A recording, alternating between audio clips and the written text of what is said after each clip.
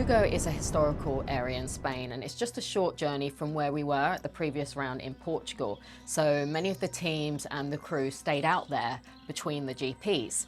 The venue itself is called Circuito Municipal Jorge Prado, named after our reigning MXGP world champion, who actually grew up in that area. Sadly, Jorge won't be racing there for the foreseeable future, but the venue itself was hugely popular last year at the MXGP at Galicia, and now we're back at similar time of year for round 8 for the MXGP of Spain.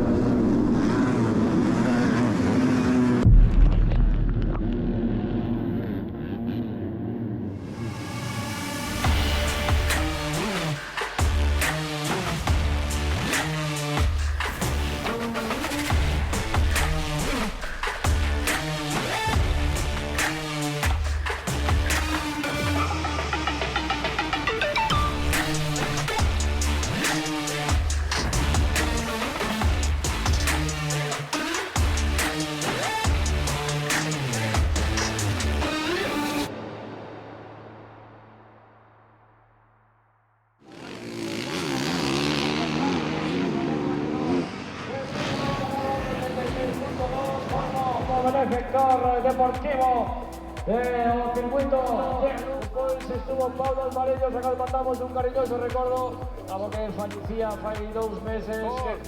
3, 2, 1, go! Yeah, the first time doing the GoPro Lab in hometown, so I was really happy to do it. When you told me if you want to do, I said of course I want, because I like also when I saw that the people was screaming when I do the lap was really nice. And yeah, I just did 2 laps, tried to make one small whip and show the track to everyone.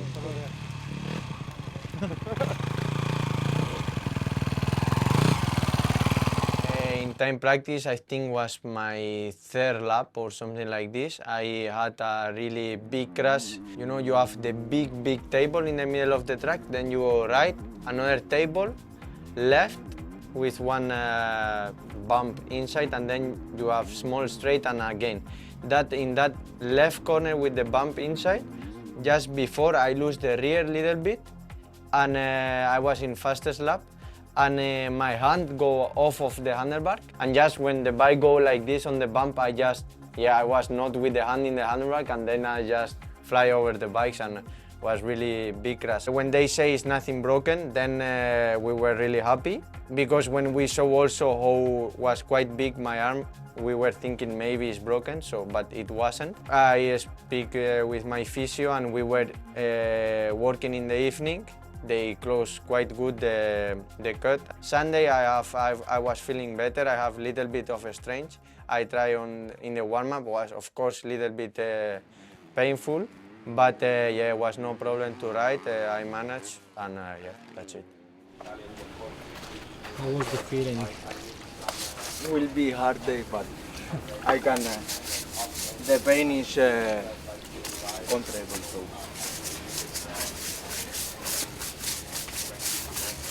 Feel a little bit high? Yeah. Wow.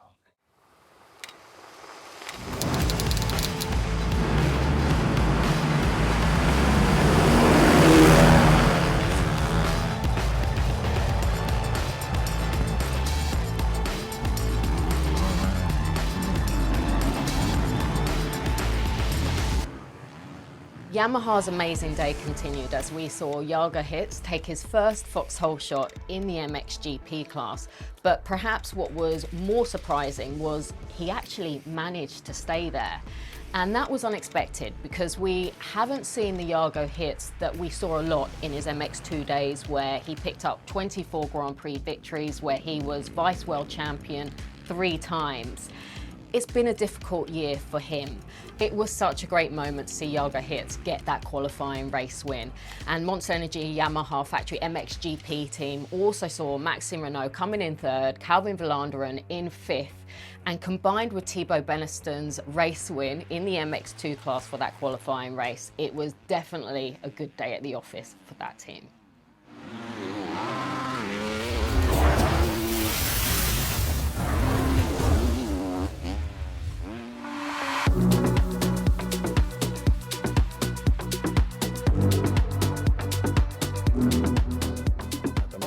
are with 6 people who run the team. Yeah, for sure we are not a factory team, but we had good support from Honda. And yeah, it was a quite late season to get Noël Zanox on board, but in total it's not easy because AMX is in the morning, immediately after is MX2, immediately after is MXGP. Dus all day I'm on the track. I have to run to go back to the team to have the last information of the riders and manage it with the mechanic and chief mechanic. For the future, in 3 different classes, or you have the possibility for more crew, more people, then it's different. But at the moment we are limited because yeah, we are a satellite team, and but we still manage it, and I still enjoy. With David, complete new this year in the MX2. I saw he has the potential. For sure he has to learn a lot, but I follow him already for a few years. He was struggling and I saw the opportunity to give him a chance, and at the moment everything looks nice, everything looks good. For sure we have to work a lot on the technique and give him the support he needs to improve his riding. And yeah, but every week we see improvements. Last week in Spain he was like P6. Unfortunately he crashed, but every time he shows his skills that he wants and that he really wants to do better, and we give him the full support, and yeah, hopefully we can bring him in the top 5.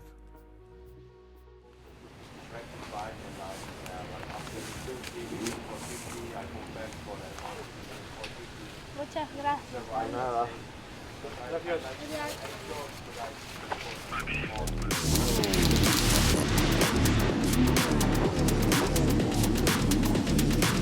30 minutes plus 2 laps. MX2 race 1, the calm before the proverbial storm. Gates drop, and it's a clean gate drop as well. Into that first turn, it's heavy. De Wolf gets tagged on his way through there, but he somehow stays up. And look how heavy it is, dropping down into turn 2. And it is Beniston who has the foxhole shot on the Yamaha. He leads the way for the first time in 2025. McClellan there in second. Langenfelder third. De Wolf, I think, fourth. Or maybe that's Evans, actually. It is Evans. And we got a new leader. De Wolf has found his way into the lead, past Beniston. Didn't take him long, did it, De Wolf? The first MX2 race was one of those bruising encounters, if you like. By now, overnight rain had turned the track into Portugal, into Kozar. The list goes on and on. It's been that kind of year. Crucial to get a good start. Thibaut Beniston with the foxhole shot, which, just like he did in the qualifying race, but could he stay there again? Well, the answer was very quickly no, because even though Kai de Wolf didn't make the best start, he was absolutely flying. He was rapid through the pack, took over the lead on lap 2. Meanwhile, Simon Langenfelder, who didn't make a good start, he fell on the opening lap at the bottom end just before you work your way up through the hill towards the finish. And as he was picking himself up, Oriol Oliveira almost fell behind him as well. Fell, but almost out of sympathy, if you like. And so Langenfelder right at the back again. And also in the mix, somewhere sort of mid-top 10, was Andrea Adamo, who, again, no points on Saturday, needed the points on Sunday. But the real winner, when all was said and done, was Kai de Wolf, because finishing ahead of both of his rivals, as in Andrea Adamo third in the championship and Simon Langenfelder. So all of a sudden, things looking good for the Wolfman. Kai de Wolf will get out of that final turn. He will hit the checkered flag. He wins for the 4th time this year. He wins race 1 in Spain. In MX2 race 2, we saw Andrea Adamo and Simon Langenfelder recover some points that they lost from Kai de Wolf earlier on in the weekend. But Kai de Wolf's performance in that race, wow.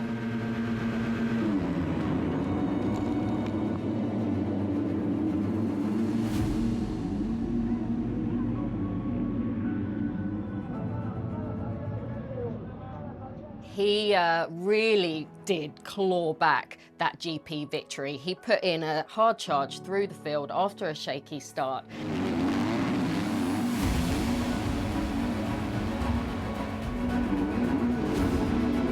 Braceras battled bravely to 17th in race 1. He just holds the front end at the bottom of the hill. De Wolf and Beniston. De Wolf, 2 positions in about 100 metres. He moves his way into 4th. That is going to be enough, surely, to give him the top step of the podium. Andrea Adamo is going to win the race.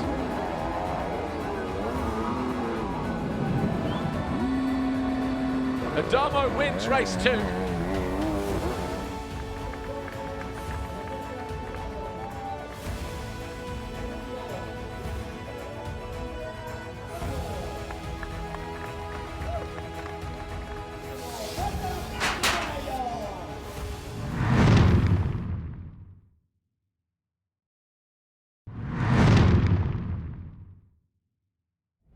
The MXGP of Spain was also the second round of the FIM Women's Motocross World Championship, and coming into that weekend you have Daniela Guillen, who is obviously the home favourite. She's had success in Spain before, and in fact she really rose to prominence in Madrid a couple of years ago, where she won one of the races against all odds.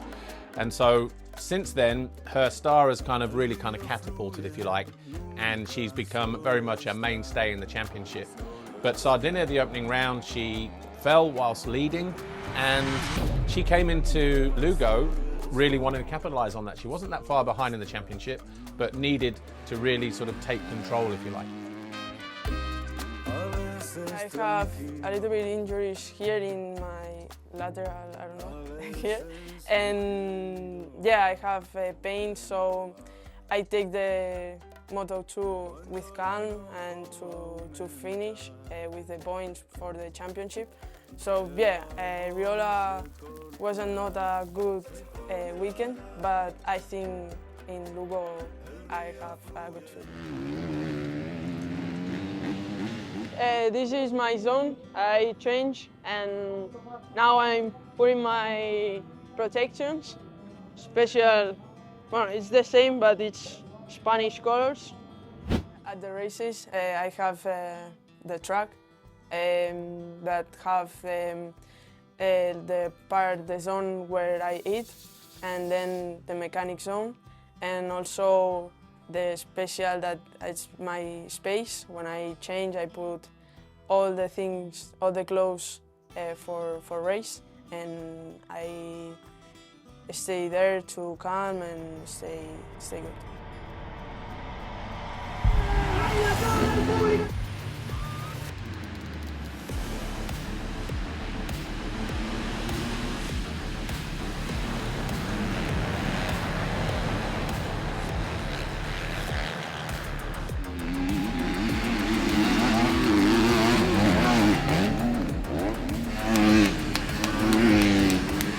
I listen to the fans, and I put my 100% to the race and do my best. She will cut down early, or even run it down the inside of the Italian, just like she tried a lap ago, and she makes the move into second. It's a successful pass this time around for Guillen.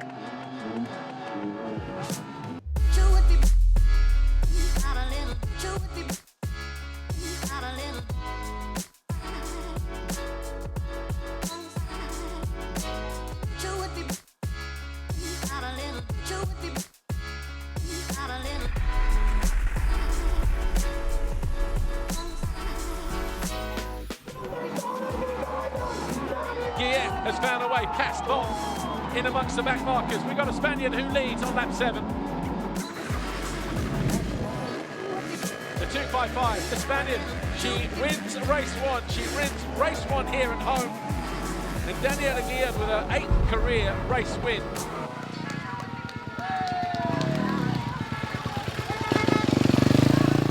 Here in Lugo, it's crazy. All the people, the fans, and it's so amazing. And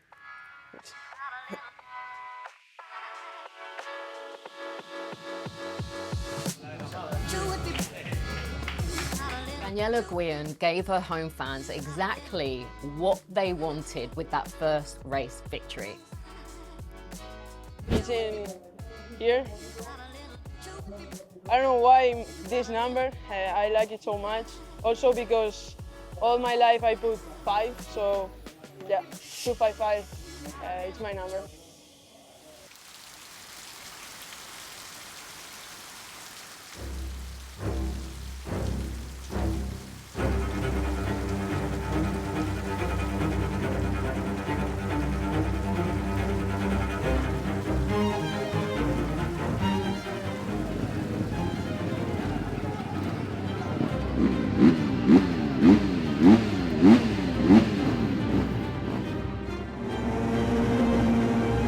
Gates drop. Look how heavy it's going to be as they go into that first turn, and you can see immediately everybody almost coming to a complete stop, and then it gets very heavy as they drop downhill into turn 2. She did that in race 1, but race 2, the wheels fell off again, and she's left playing catch up once again, unfortunately. But the speed is there, the fitness is there, the desire, the intent to win is there as well. Don't rule her out just yet.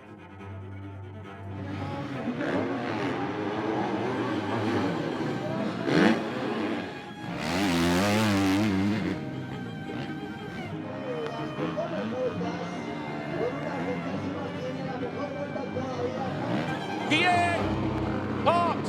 She's out a second. Coming out of the final turn.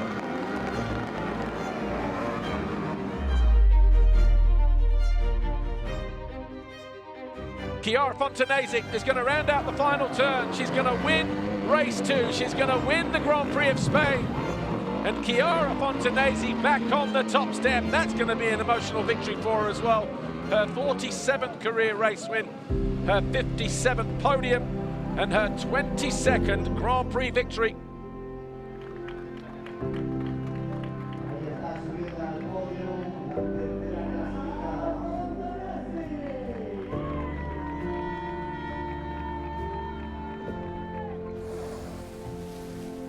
Chiara Fontanesi is definitely a contender now to become the first WMX world champion as a mum. The two of them, together with Lynn Volk, who are all pretty close in points, are up against our defending world champion Lotte van Drunen, and this will make for an exciting battle as we head to the next round in Germany.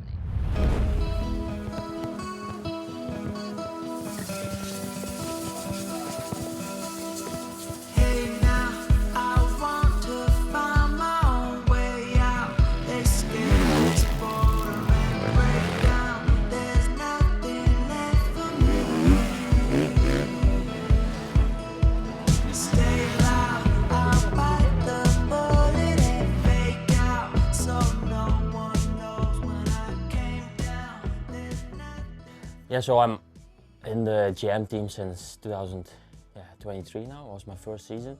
So it's just nice to be in a team where you all speak the same language, you know. That's a big, plus point, I would say. I'm enjoying a lot. We have a lot of fun in the team. It's a professional team, as everyone knows. I mean, the bikes are good, and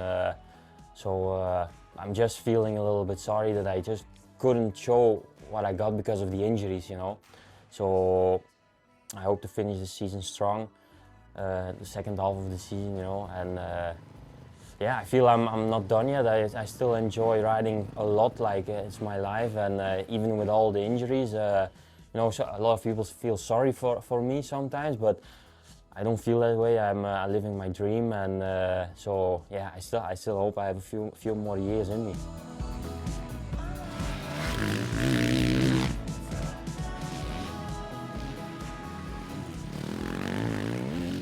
Brent, we started 3 years ago. Unfortunately, he had so bad luck. This was a rider that I never, this experience, and never with not one rider in the past. In 3 years we did, I think, 19 GPs from the 50 we are at the moment. But and then this year we thought, okay, we had a good winter time. Then we have the race in Hawkstone. He crashed, he twisted his femur with the crack. Took again half season to come back. And now in Spain, we pushed really hard. We did a lot of practicing, physical, everything, and the support to improve the broken bone. And yeah, I think now he get back his confidence and he can show more nice things the second half of the season.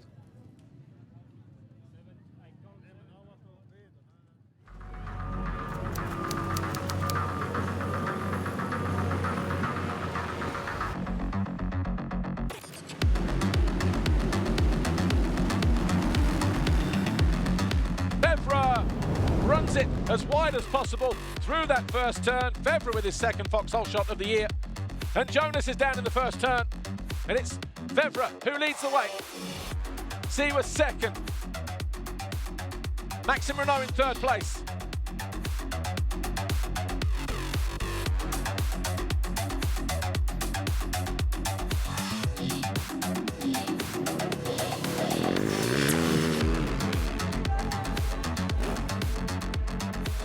A little bit squirrely, mid-turn there for the number 17. We've got a rider down. It's Siwa. Siwa out of second place. Ruben Fernandez promoted to third.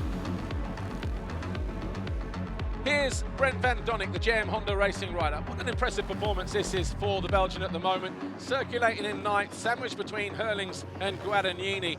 After re-injuring his leg earlier in the season, it's been a very, very tough start for him, and it's a result like this will get him fired up, get the team fired up as well, and hopefully for Brent van Donnik from here onwards and upwards, just to gain some of that confidence that's been lacking in the first part of the season. But Romain Febvre, pressure, what pressure? Romain Febvre wins race one. So the first race in Lugo, Romain Febvre, who had just kind of been on the receiving end of Lucas Koenen in Portugal, in the fact that Lucas Koenen won all 3 races and gained a substantial amount of ground on the championship leader. Febvre just needed to just go, you know what, this championship's mine. Need to take back those points you stole from me last week, mate. And that's exactly what he did. He had a good, consistent qualifying race. The first race, he went out and won it, and he looked like he was on a different planet, given the conditions. But even with that win and those 25 points that he picked up, came in after the race and he wasn't happy. We saw him just doing that thing that riders do, you know, sort of like on and off the seat, sort of checking the suspension. So there was obviously an issue with the suspension, whether it was, you know, too fast, too slow, or there was another issue with it or whatever. But yeah, it just goes to show how riders and racers are, yeah, 25 points, but this wasn't right. We need to work harder as a team. We need more. You know, and we saw that was evident with Roman after winning race one. But he did claim points back, and that was the main goal. Keep them both in the top.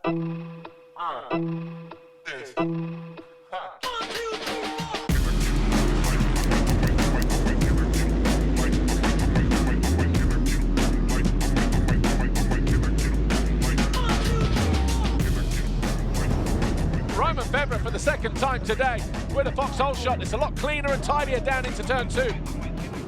The Landren there in second, Siwa in third, Koenen in fourth in white and grey. But you can see how much more open this racetrack is compared to race one. Should get some better racing and a lot more action as well. Working their way downhill once again, bottom end of the circuit, turn 9, Febvre is down, your race leader. And the fans are up because the Spaniard goes through. He goes through in third place, but the Landren now leads.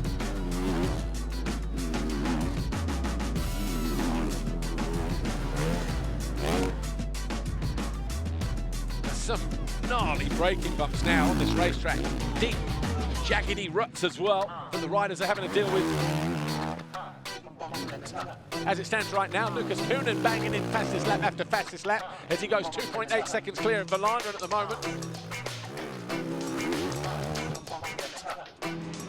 Romain Febvre closing in on Ruben Fernandez here. This is for third place in the race. Roman Federer now up in the third place and the top step of the podium. He's got himself back into 10th place. Oh, another big hit for Guadagnini. Oh, thrown down the track like a rag doll. Look at the speed through the waves for Roman Federer as he gets right onto the rear wheel of Valandren now. Lucas Koenen out of the final turn. He wins race 2.